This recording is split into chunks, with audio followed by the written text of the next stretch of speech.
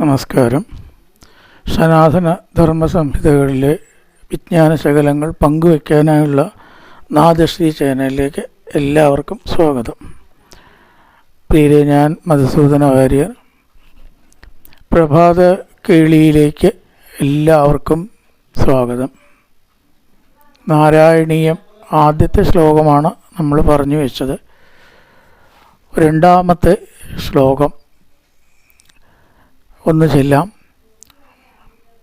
ഏവം ദുർലഭ്യവർത്തുന്നബി സുലഭതയാ ഹസ്തലബ്ധേ യദന്യത്തന്വാചാദിയാവാ ഭജതി പദജനക്ഷുത്രദൈവത്പുടേ ഏതേ താവത് ഭയന്തു സ്ഥിരതരമനസാ വിശ്വപീഡാപകത്തി നിശേഷാത്മാനമേനം ഗുരുഭവനപുരാധീശമേവാശ്രയാമ.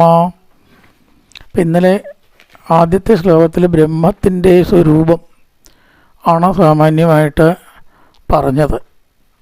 ഇന്നലെ പറയുണ്ടായി സാന്ദ്രാനന്ദം, അവബോധാത്മകം, അനുപമിതം, കാലദേശാവധിഭ്യാം നിർമുക്തം, നിത്യമുക്തം, നിഗമചടതകർത്രേട നിർഭാസ്യമാനം. ഇതൊക്കെ ശരിക്ക് ആ ബ്രഹ്മത്തിൻ്റെ വിശേഷണങ്ങളാണ്.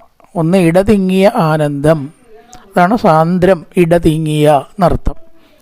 യാതൊരുവിധ ഒഴിവുമില്ലാതെ ഇടതിങ്ങിയ ആനന്ദസ്വരൂപം ലോകം മുഴുവനും നിറഞ്ഞിരിക്കുന്നു. അത് ആനന്ദസ്വരൂപവും ആണ്. അവബോധാത്മകം, യഥാർത്ഥ അറിവ് എന്ന് പറയുന്നത് ഭഗവാനാണ്. അറിയേണ്ടത് എന്തിനെയാണ്? ഈശ്വരനെയാണ്. അറിവ് എന്ന് പറയുന്നതും ജ്ഞാനം തന്നെ, അറിയുന്ന ആളും ജ്ഞാനം, ഇതൊക്കെ കൂടിയിട്ടാണ് ഈ അവബോധാത്മകം. ജ്ഞാനത്തിൽ കൂടെ മാത്രമേ ഈശ്വരനെ അറിയാൻ കഴിയുള്ളൂ. അതും ആധ്യാത്മികമായിട്ടുള്ള ഒരു തലത്തിലുള്ള അറിവ്, സാധാരണ അറിവല്ല. അപ്പം ജ്ഞാനസ്വരൂപനായിട്ടുള്ളതും ജ്ഞാനം തന്നെ ആയിട്ടുള്ളതും ആയ ഭഗവാൻ അനുപമിതം, ഒന്നിനോടും കൂടി തുലനം ചെയ്യാൻ, അതുപോലെ എന്ന് പറയാൻ അത് തന്നെയുള്ളൂ. സാഗരസ്യ സാഗരോപമം, ഗഗനസ്യ ഗഗനോപമം എന്ന് പറഞ്ഞ പോലെ ആകാശത്തിന് തുല്യത ആകാശമേ ഉള്ളൂ, സമുദ്രത്തിന് തുല്യത സമുദ്രമേ ഉള്ളൂ. ഭഗവാന് തുല്യം, ഭഗവാൻ അനുപമിതം. കാലദേശാവധിഭ്യാം നിർമുക്തം, കാലത്തിനും ദേശത്തിനും ഏത് കാലത്തും ഭഗവാനുണ്ട്. ഏത് കാലത്താണ് ഉണ്ടായതെന്ന് നമുക്ക് പറയാൻ പറ്റില്ല. അപ്പോൾ ശ്രീകൃഷ്ണൻ 5000 കൊല്ലം മുമ്പാണ് ഉണ്ടായത്. സുമാറ് കാലങ്ങൾ കണക്കാക്കിയിട്ട് നമ്മൾ പറയുന്നുണ്ട്. കലിയുഗ ആ യുഗങ്ങളും കണക്കൊക്കെ പറഞ്ഞിട്ട് നോക്കിയിട്ട് തിരോധാനം ചെയ്തത് 5000 കൊല്ലം മുമ്പാണ്. എന്നിട്ടാണ് കലിയുഗം ഉണ്ടായത് എന്നാണ്. ജനിച്ചത് അതിനും എത്രയോ മുമ്പ് 125 കൊല്ലമാണ് ഭഗവാന്റെ ആയുസ് എന്നാണ്. പക്ഷേ ഇത് കൃഷ്ണാവതാരത്തിന് മാത്രമാണ് ജനനമുള്ളത്. ഭഗവാൻ എന്ന് പറയുന്നത് കൃഷ്ണൻ അല്ല, വിഷ്ണുവാണ്. അപ്പോൾ ആ വിഷ്ണുവിൻ്റെ ജനനം എന്ന് പറയുന്ന ഒരു സംഗതി ഇല്ല. അത് എന്നുണ്ടായി എന്ന് ചോദിച്ചാൽ ആർക്കും പറയാൻ പറ്റില്ല. അതുകൊണ്ട് കാലം എപ്പോൾ ഉണ്ടായി, ഇനി ഏതുവരെ ഉണ്ടാവും, അതും പറയാൻ പറ്റില്ല. ഇത് രണ്ടും ഇല്ലാത്തതിനാണ് കാലദേശാവധിഭ്യാം നിർമുക്തം. പിന്നെ ദേശം, ഗുരുവായൂരുണ്ട്, പക്ഷേ ഗുരുവായൂർ മാത്രമേ ഉള്ളൂ എന്നില്ല. അവിടെ തിരക്കി പോകാൻ വയ്യാത്തവർക്ക് ദൂരത്തുനിന്ന് വിളിച്ചാലും, ഗുരുവായൂർ ഉണ്ട് എന്ന വിശ്വാസത്തോടു കൂടി ദൂരത്തുനിന്ന് വിളിച്ചാലും ഭക്തന് അവിടെ വന്നോളും ഭഗവാൻ എന്നാണ്. വയ്ക്കണവർക്ക് പോവാമെന്നേ ഉള്ളൂ. പോയില്ലെങ്കിലും കാലത്തിൻ്റെയും ദേശത്തിൻ്റെയും ആ ഒരു അവധി ബാധകമല്ല. എല്ലാ സ്ഥലത്തും ഉണ്ട് ഭഗവാൻ. ഒരു അഡ്രസ്സ് വെച്ചാൽ അഡ്രസ്സ് ഇല്ല. അതാണ് നിർമുക്തം, നിത്യമുക്തം, എല്ലാറ്റിൽ നിന്നും ബന്ധമില്ലാത്തത്. അതുപോലെ തന്നെ നിത്യമുക്തം, എല്ലാ കാലത്തും മുക്താവസ്ഥയിൽ നിൽക്കുന്നത്.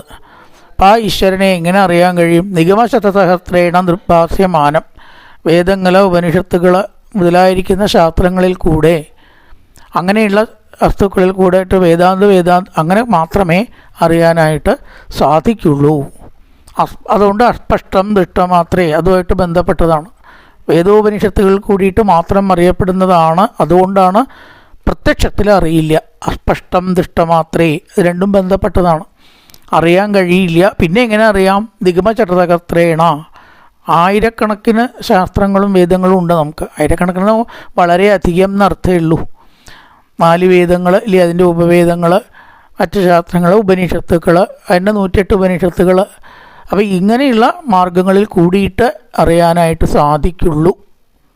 ദൃഷ്ടമാത്രേ എന്ന് പറഞ്ഞാൽ പ്രത്യക്ഷത്തിൽ കാണില്ല, അറിയില്ല. അറിവില്ലാത്തവർക്കോ ഇതിനെക്കുറിച്ച് കുറച്ച് ആ ഭാവത്തിൽ നീങ്ങാത്തവർക്ക് ഈശ്വരൻ എന്ന തത്വത്തെക്കുറിച്ച് യാതൊന്നും അറിയാൻ കഴിയില്ല. അതാണ് ദൃഷ്ടമാത്രം, നഗ്നദൃഷ്ടികളെ കൊണ്ട് കാണുന്നതോ അങ്ങനെയുള്ളതോ അല്ല. ഇനി എന്താണ് അത്തരത്തിലുള്ളൊരു ശക്തിയെ നമ്മൾ ഉപാസിച്ച് നമ്മുടെ സ്വാധീനത്തിലാക്കിക്കഴിഞ്ഞാലുള്ള ഗുണം? ഒരു പുരുഷാർത്ഥം, മനുഷ്യന് വേണ്ടതായിട്ടുള്ളതൊക്കെ ധർമാർത്ഥ കാമങ്ങൾ അതുകൊണ്ട് ലഭിക്കും. ഓരോരുത്തർക്ക് ഓരോന്നായിരിക്കും വേണ്ടി, ചിലർക്ക് മോക്ഷം മാത്രമേ വേണ്ടൂ, അപ്പോൾ അവർക്ക് അത് കിട്ടും. ധർമാർത്ഥ കാമങ്ങൾ വേണ്ടവർക്ക് അതും കിട്ടും. രണ്ടും വേണ്ടവർക്ക് രണ്ടും കിട്ടും.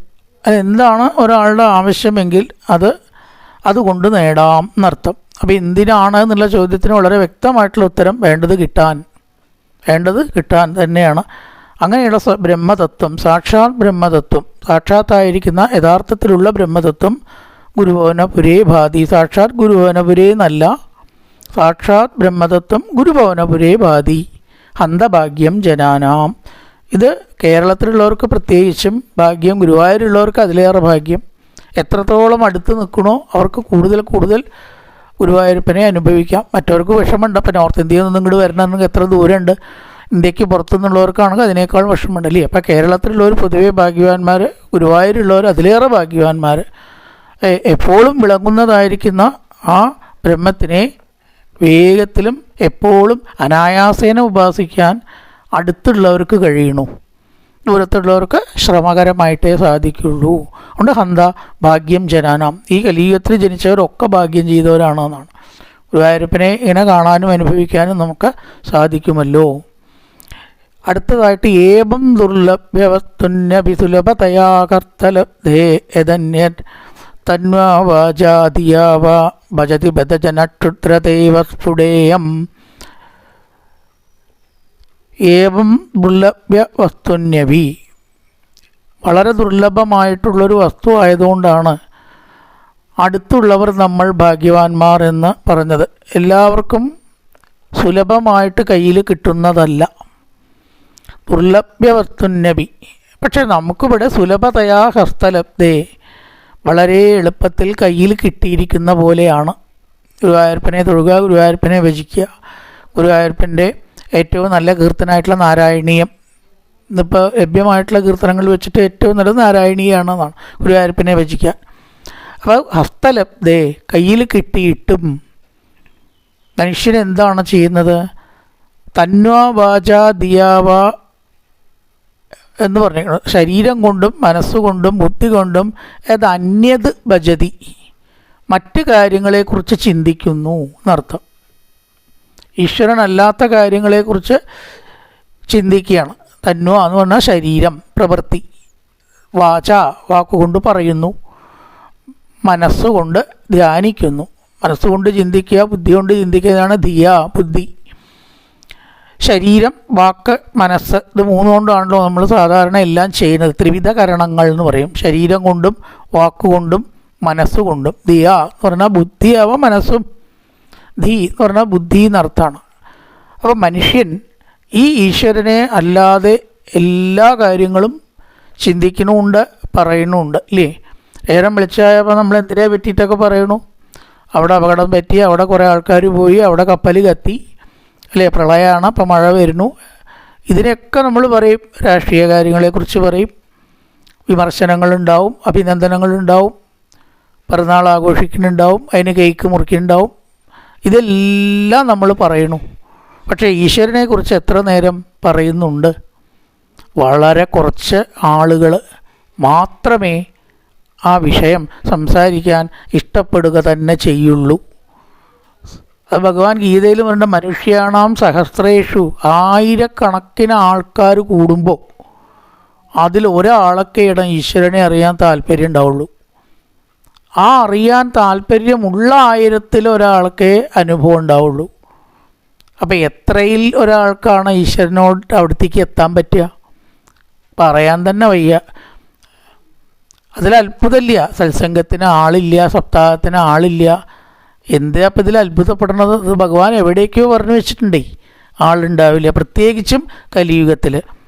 അതാണ് തന്വാ വാചാ ദിയാ ഭജതി ബദജന. എല്ലാവർക്കും തിരക്കാണ്. തിരക്കി ഇവർ എവിടേക്കാണ് പോകുന്നത് എന്ന് അവർക്ക് തന്നെ അറിയില്ല. കേൾക്കണമെന്നുണ്ട്, അറിയണമെന്നുണ്ട്, സമയമില്ല.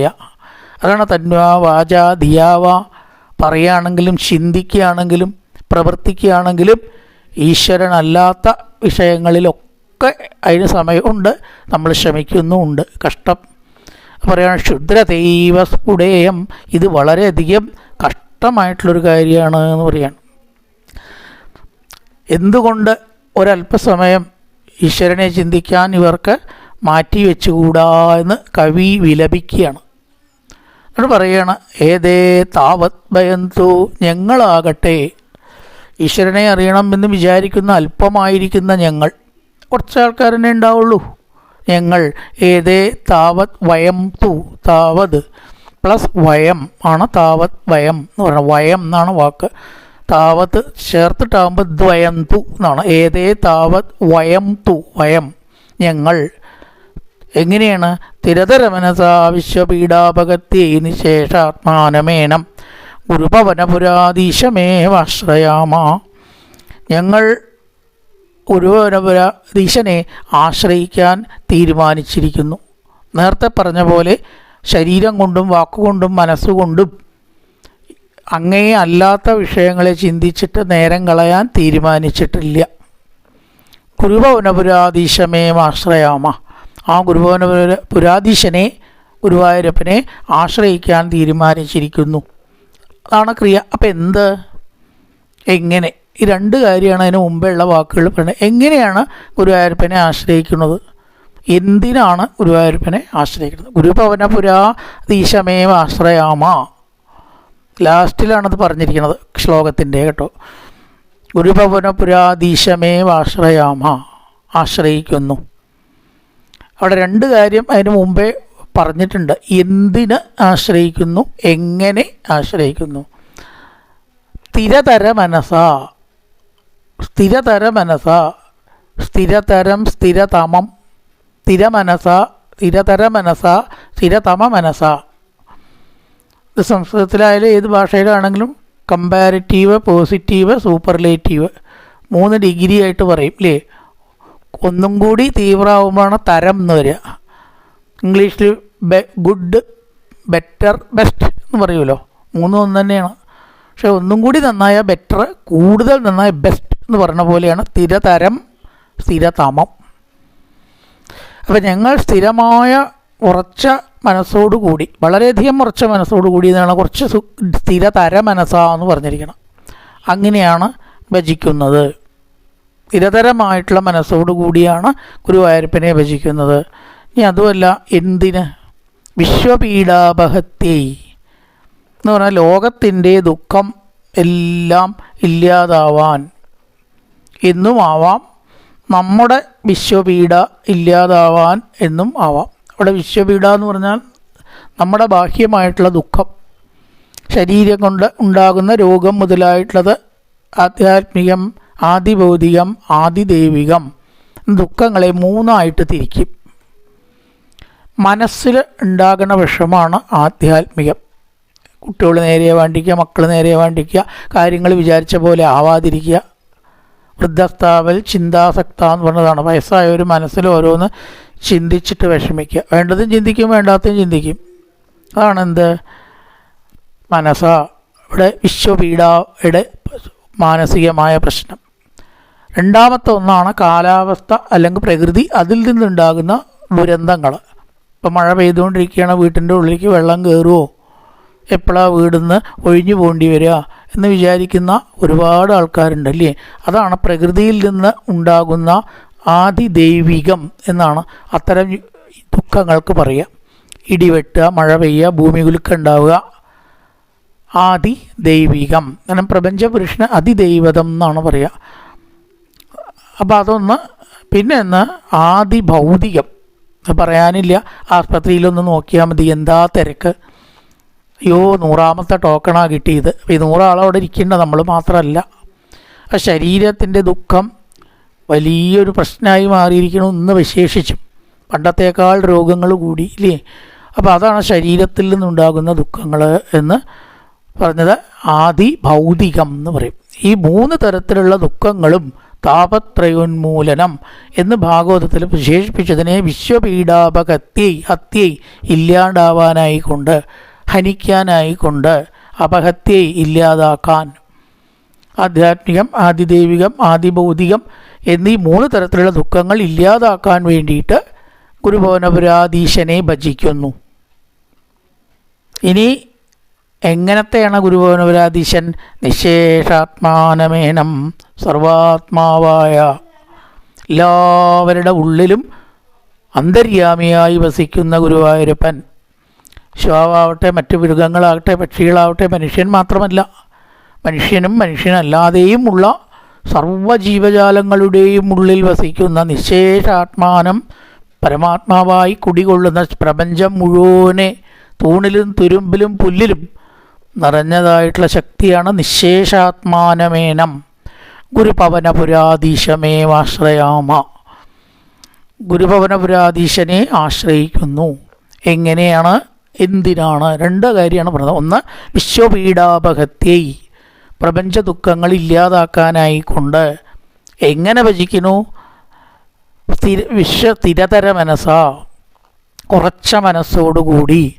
സ്ഥിരതര മനസ്സ ഗുരുഭവനപുരാധീശമേവാശ്രയാമ, സ്ഥിരമായിട്ടുള്ള മനസ്സോടുകൂടി. യാതൊരു ഇളക്കവും, പെട്ടെന്നൊരു ബലം കണ്ടില്ല എന്ന് വിചാരിച്ചിട്ട് ഇതൊന്നും ശരിയാവില്ല എന്ന് വിചാരിച്ചിട്ട് വിടില്ല, ഉറച്ചു നിൽക്കുക. അതാണ് സ്ഥിരതര മനസ്സ.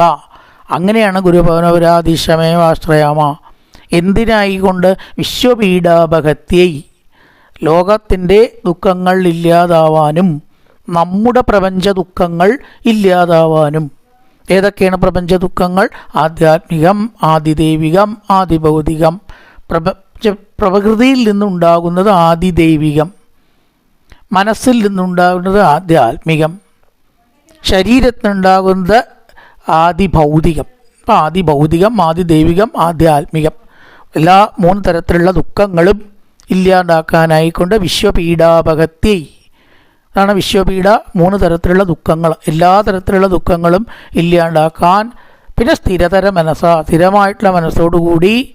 എങ്ങനത്തെ ഗുരുവായൂരപ്പൻ? നിശേഷാത്മാനമേനം, എല്ലാവരുടെ ഉള്ളിലുമുള്ള പരമാത്മാവായിരിക്കുന്ന ഗുരുവായൂരപ്പനെ ഭജിക്കുന്നു. 3 സംഗതിയാണ് 2ാമത്തെ പാർട്ടിൽ പറഞ്ഞിരിക്കുന്നത്. ഒന്ന്, എങ്ങനെ ഭജിക്കുന്നു? സ്ഥിരതര മനസ്സ, ഉറച്ച മനസ്സോടുകൂടി. എന്തിന്? വിശ്വപീഡ ഇല്ലാണ്ടാക്കാൻ, സർവ്വദുഃഖ നിവാരണത്തിന്. എങ്ങനത്തെ ഗുരുവായൂരപ്പൻ? നിശേഷാത്മാനമേനം ഗുരുഭവനപുരാധീശം, പരമാത്മാവായിട്ട് എല്ലാ സ്ഥലത്തും വിളങ്ങുന്ന, എല്ലാവരുടെ ഉള്ളിലും വിളങ്ങുന്ന 3 കാര്യം. എങ്ങനത്തെ ഗുരുവായൂരപ്പനാണ്? നിശേഷാത്മാനമേനം ഗുരുഭവനപുരാധീശമാണ്. എന്തിനായിക്കൊണ്ട് ഭജിക്കുന്നു? വിശ്വപീഡാപഹത്യൈ ഇല്ലാണ്ടാക്കാൻ. എങ്ങനെ ഭജിക്കുന്നു? സ്ഥിരതര മനസ്സ, ഉറച്ച മനസ്സോട് കൂടിയിട്ട്. ആ 3 കാര്യമാണ് 2ാമത്തെ ഭാഗത്തിൽ പറഞ്ഞത്. ആദ്യത്തെ ഭാഗത്ത് പറഞ്ഞതോ, അനവധി ആളുകൾ വളരെ ദുർലഭമായിട്ട് ഈ ബ്രഹ്മത്തെ കിട്ടിയിട്ടും ഭജിക്കുന്നില്ല, വളരെ കഷ്ടം.